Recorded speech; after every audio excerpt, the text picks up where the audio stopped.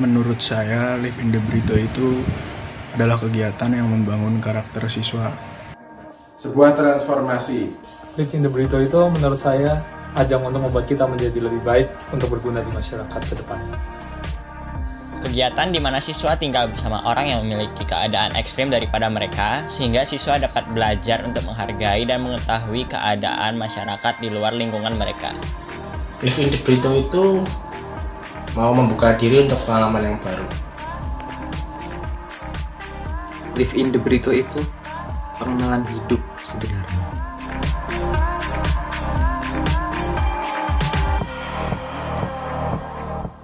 Di sebuah kampung nelayan. Saya di tempat orang dengan gangguan jiwa. Sebuah pemukiman pemulung.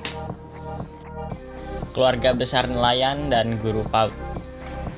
Saya live in di sebuah tempat di mana induk sumang saya adalah pengumpul sampah.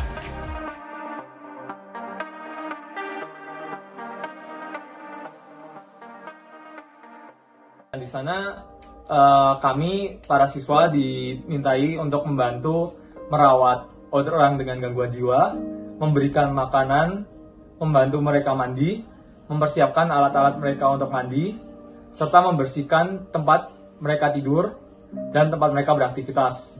Di sana pun kami diajarkan dan diajak untuk membantu mereka untuk hidup lebih sehat dengan cara berolahraga dan juga membantu merehabilitasi mereka. Di sana kami belajar banyak hal, mulai dari bersyukur hingga harus dapat lebih memaknai hidup. Selama live in saya tinggal bersama dengan para pendamping dan kesehariannya mulai dari pagi saya biasanya memandikan dan membagikan sarapan serta membantu untuk menyiapkan makanan mereka. Siang hari kami biasanya memotong rambut mereka dan memotong kuku. Lalu pada sore hari kami kembali menyiapkan makan dan juga memandikan mereka. Aku tinggal di sebuah kampung yang kampungnya berisi satu keluarga besar. Dan aku tinggal di dalam satu keluarga dari keluarga besar itu sendiri. Rumah yang aku tinggali berisi 4 orang, 1 ibu dan 3 anak. 2 anaknya bekerja di perkantoran dan 1 memiliki pekerjaan yang tidak tetap. Pada pagi hari ia bekerja sebagai guru PAUD, pada siang hari biasanya menganggur, namun terkadang sebagai aktivis RT, ia bekerja dan membantu untuk mengurusi urusan RT. Dan pada malam hari ia mengajar pengajian. Aku ikut dalam mengajar PAUD dan kegiatan-kegiatan yang ia lakukan sehari-hari, juga pada urusan RT dan sebagainya. Pada saat mengajar PAUD, aku ikut serta dalam mengajar dan bermain bersama anak-anak PAUD itu. Lalu di siang hari, karena menganggur, aku diajak ke satu rumah dari sepupu tuan rumah saya untuk ikut dalam membersihkan kerang dari remis hasil tangkapan suaminya pagi tadi. Pada sore hari, kemudian aku ikut tuan rumahku untuk mengurusi urusan RT sebagai fotokopi dan urusan surat menyurat. Serta pada malam hari, aku ikut untuk lihat bagaimana proses pengajaran mengaji di rumahnya. Ada hari pula di mana aku tidak ikut mengajar PAUD, namun diajak untuk ikut mencari kerang di pagi hari.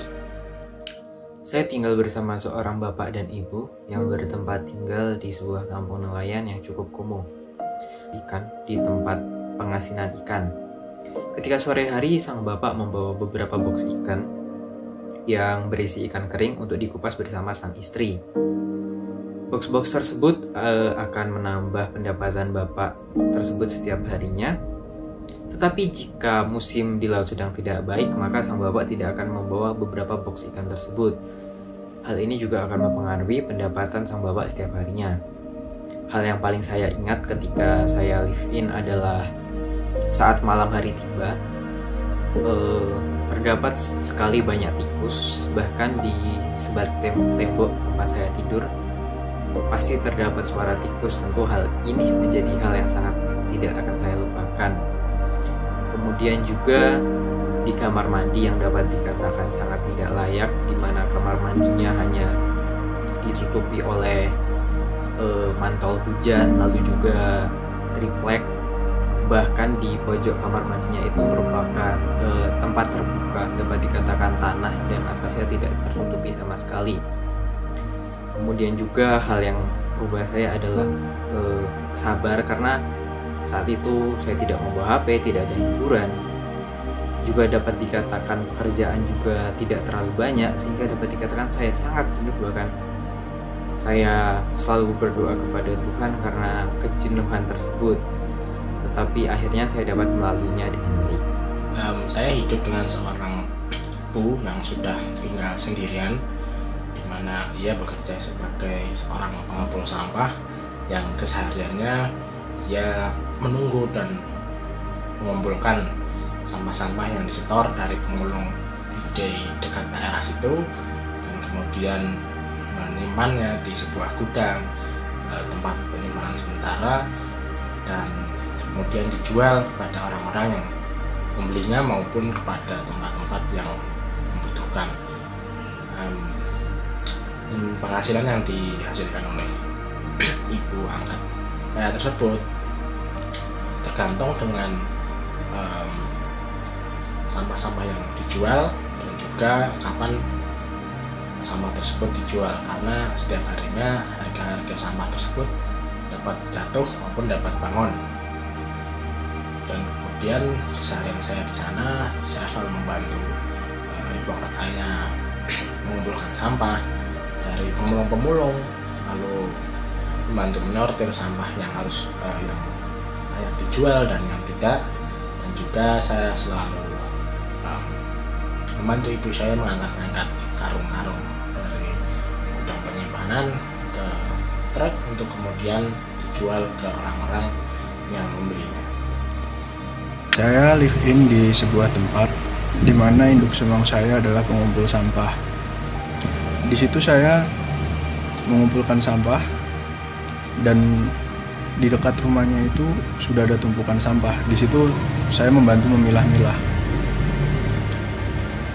Tidak hanya mengumpulkan sampah dan memilah, saya juga membantu untuk memasak. Sempat waktu itu saya menggoreng ikan lele dan juga masak nasi goreng. Itu semua untuk makan kami bertiga. Saya kasihan terhadap beliau dan keluarga, karena ada pula tetangga yang bisa dibilang tidak cukup baik. Tetangga tersebut sering memberikan kata-kata kasar kepada beliau dan juga seolah-olah mendominasi kehidupan beliau. Segala macamnya seolah-olah diatur dan beliau hanya bisa pasrah. Seperti contohnya ketika memakai gerobak. Gerobak itu sudah lebih dulu dipakai oleh beliau, tetapi tetangganya tersebut tidak terima dan ingin memakainya.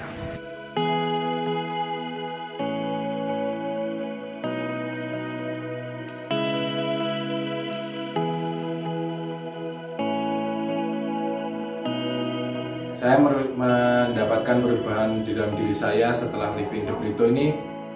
Ya, aku mengalami perubahan pada saat aku mengikuti Live in the Brito. Berupa saya memandang orang itu dengan cara yang berbeda, di mana setiap orang itu mempunyai kekurangannya dan kelemahannya masing-masing, dan di situ saya harus hadir sebagai orang yang mengerti mereka dan menolong mereka. Dari Live in ini, saya menjadi orang yang lebih bersyukur. Yang pertama, aku dapat lebih bersyukur, sehingga aku dapat lebih menghargai lingkunganku sekarang yang membuat aku nyaman untuk aku tinggali. Aku juga lebih belajar tentang bertoleransi, karena di sana aku merupakan kaum minoritas. Aku berinteraksi dengan banyak sekali orang yang berbeda dengan aku. Dari situ aku belajar bahwa orang-orang yang berbeda dengan kita adalah orang-orang baik. Tidak semuanya merupakan orang-orang yang jahat atau berbeda pandangan dengan kita. Seperti halnya orang dengan gangguan jiwa, mereka itu yang kita pandang buruk dan jijiki, tapi di sini kita harus hadir sebagai orang yang membantu mereka menangani masalah-masalah mereka. Perubahan yang saya rasakan setelah formasi Live in adalah perasaan lebih menghargai sesuatu yang kita punya. Makna yang saya dapat ambil dari Live in the Brito ini adalah untuk lebih bersyukur atas segala hal yang saya miliki. Setelah mengikuti Live in, saya mendapatkan pengalaman bahwa hal-hal kecil-kecil apapun dapat menjadi sumber kebahagiaan bagi banyak orang. Di situ saya juga mengambil pelajaran bahwa harus lebih dapat memaknai hidup, di mana kita tidak boleh hanya dengan sedikit masalah kita sudah ingin mengakhiri hidup. Seperti mereka yang dijauhi oleh banyak orang, terus memiliki gangguan dengan kejiwaan, mereka pun tetap ingin hidup, tidak terus hanya ingin mati. Setelah melakukan kegiatan live-in, rasa empati saya dan rasa menolong saya semakin besar. Saya memiliki keinginan untuk ketika sudah besar nanti dan sukses, saya bisa membantu orang-orang seperti mereka. Karena saya yakin tidak hanya satu seperti mereka, tapi masih ada banyak, apalagi di Indonesia. Dan saya ingin membantu dengan memberikan lapangan pekerjaan.